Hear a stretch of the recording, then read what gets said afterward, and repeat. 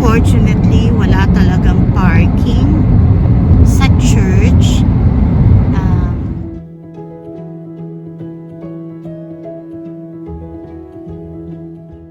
Mali namin yon, hindi na namin ulitin yung ganitong kalate.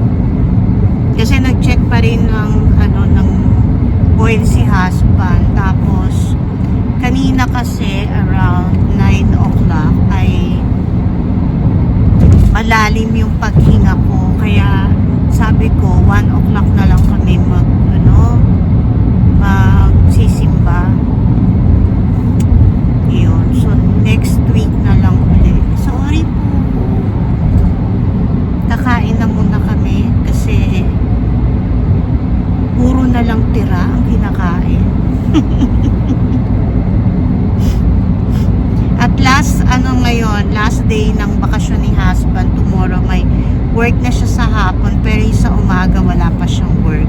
Tuesday pa yung work na. Okay? It's really very cold today. Umaaraw pero talagang buto lang araw kasi it's very cold. See you later.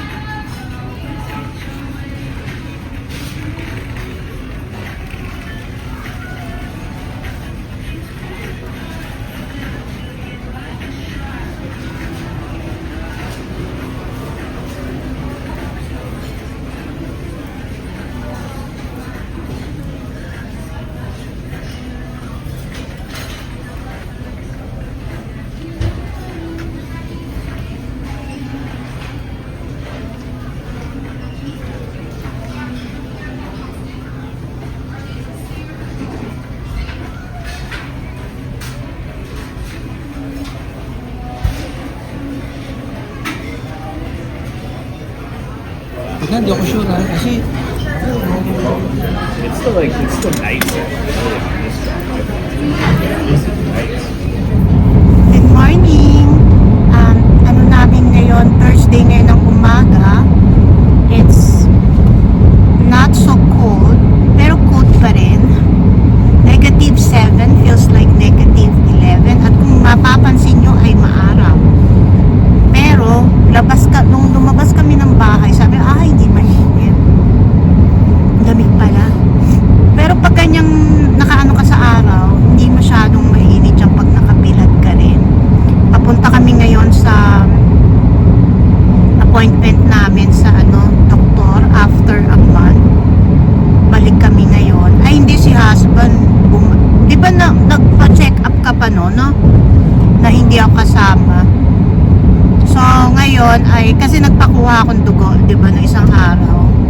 So papaano ako dun kay doktora ng result ko. Dito na kami, walang tao. Bagong clinic nila to. Tapos ito yung sa pharmacy, hindi pa sila lumilipat. Nandun pa sila sa old clinic. Abang-abang. Done na kami with check-up sa doktor. Bale, si husband, yung kanyang varicose veins, pwede siyang i-inject. Pero wala palang anesthesia yun. Masakit yun. Tapos, yung doktora ko pala nagpa-laser ng ganon sa Singapore. Mahal ta. Siyempre, no, wala pang insurance yun. Tapos, tapos magko-compression socks siya. So, tatanong muna niya sa kanyang tawag dito, insurance, kung babayaran yung compression socks. Tapos, ako naman, yung blood test results ko, okay naman. Cholesterol is low. Pero, dahil daw ako ay diabetic at I'm taking maintenance for my, ano ba yun? Yung sa pang BP, pang high blood, ay hindi ako makapag-concentrate. Wait. Okay. I will start with cholesterol medicines for a month because I am high risk for heart attack. Dahil nga, because of my age and I'm diabetic, so even if I have low cholesterol result, I will take maintenance for cholesterol. Sabi, my age is 58. Naku, ayan, alam nyo na ang edad ko. My age is 58, but my heart is for 64 years old. Kasi nga yung risk ng heart attack. Tsaka diba sa family, like my mom, meron din siyang heart issues. Tsaka yung sister ko yata, meron din. Anyways, so mag-start na ako nun. Happy pa naman ako kasi ako talaga yung tipong isang beses lang ako, dalaga pa ako na nag-cholesterol meds ako for a month, tas tinanggal yon. Tas never na ako kasi mababa nga ang cholesterol level ko. Ayun. Kano yung charge nila sa prescription? Yung prescription daw is nasa $20. Pag hindi pala kasama yon, so $20 yung prescription pag humingi ka for compression socks. So that's different pa if you will buy the compression socks itself. So anyways, the prescription is not expensive, $20, but the compression socks is expensive. Yun, and that's for my husband. Okay, so after that, kain muna kami. We'll go to a mall. No? Yung dati, parang mas maganda yung tsura. So, fried, grilled salmon, vegetable, hummus, garlic sauce, and rice.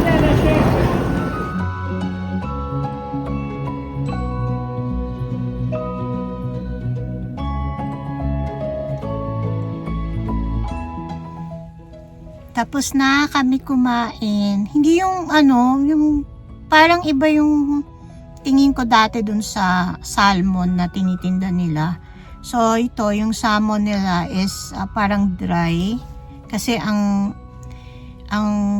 nipis ng kanilang fillet.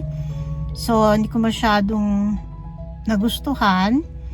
Pero nag-order pa kami yun, isang food na okay naman, pero halos hindi ko din naubos dahil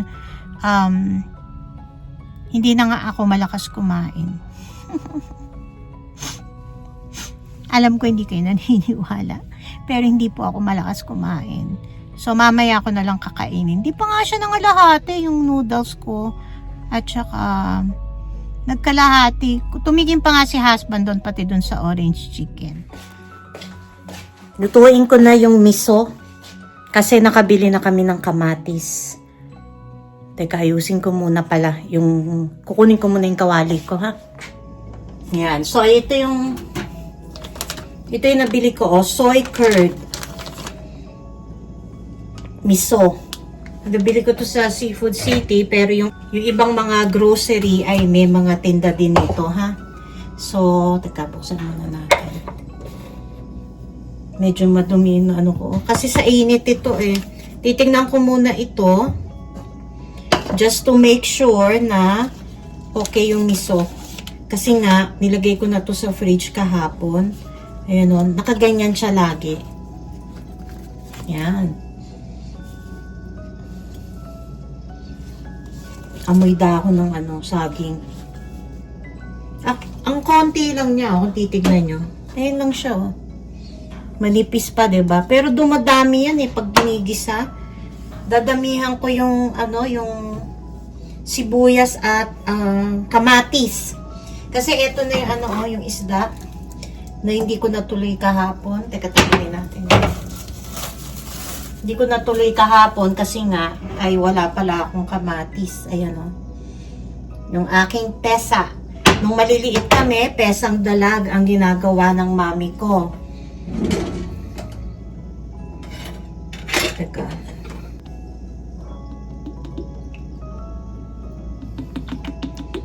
Masarap siya, maraming oil, sa totoo lang. Habang yung pag nagluluto kayo ng bagoong, lagay ko muna sa tabi itong lalagyan ng oil kasi baka kailanganin ko pa siya mamaya. So, ito yung aking bawang, sibuyas at kamatis. Medyo tinaas ko yung yung stand ng phone kasi hindi niya kaya yung bago kong phone. Kumakain ba kayo niyan? Pesang dalag? Paki-comment nga po. Ay, pesang dalag. Pesang tilapia. Ano pong isda ginagamit niyo sa ganito? Minsan hindi ako nagpiprito ng ng tawag dito, ng fish. Diretso na siyang luto. Para lang tong nilaga. So, kung hindi kayo magpiprito ng isda, kasi ito prito to dahil gusto ng asawa ko, ganito yung kulay. So, napipilitan akong i-fry. Pero kung hindi, maglalaga lang kayo ng water, luya, bawang, luya, sibuyas. Pwede rin may bawang, pero ngayon daw ako naglagay ng bawang. Tapos timplahan nyo na yung water, lagay nyo ang isda. Kumbaga malinis siyang kainin. So, medyo nagba-brown na siya. Lagay na natin ang sibuyas. Ihahalo ko na rin ang kamatis kasi tumutulo.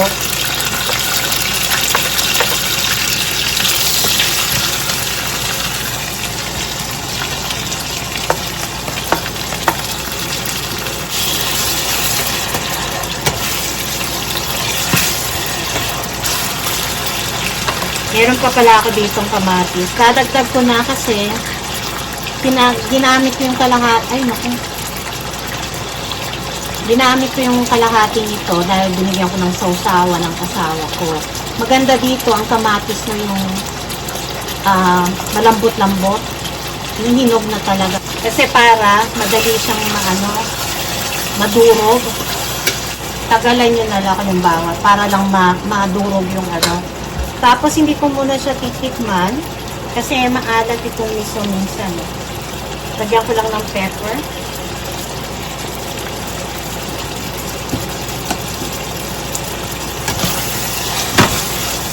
Kanya nawawala na nga yung oil. Pero kasi yung katas kasi ng kamatis ang masarap yan. Hintayin muna natin na lumambot.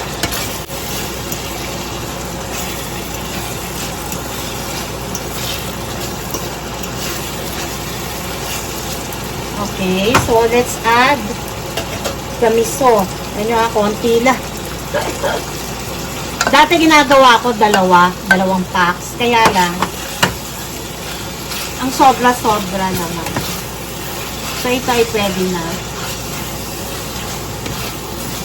Kasi nadudurog siya, hahalong ganon. Ang sarap nito. Ayan, nakakamoy ko na. Dati nag-uuwi pa ako nitong miso from Philippines. Pag umuwi ako, papabili ako sa San Juan City. Pero, nakita ko, meron naman pala rito at okay naman din ang lasa niya. Depende siguro sa timpla nyo, di ba? So, let's taste. Matabang pa. Ayan nilagyan ko na siya ng, teka, natutuyo na. Hinaan ko muna. Nilagyan ko siya ng magic sarap. So, kung may chicken cube kayo, chicken cube is also okay. Or salt. or patis, depende sa inyo. Ito nyo, natuyo na, diba? Pero pwede na yan kasi maraming oil yan. Mamaya lalabas na yung oil. So, this is the, konting ano na lang ha, papatayin ko na. So, this is my miso sauce. Hindi ito yung ano hindi siya, not the Japanese miso, but this is the Filipino o Tagalog miso. Diba? Yung Japanese miso, I use the Japanese miso if I cook it with the broth. Parang flavor ng broth. But this one, this is the sauce. On the side siyang sinaserve para dun sa isda. Okay?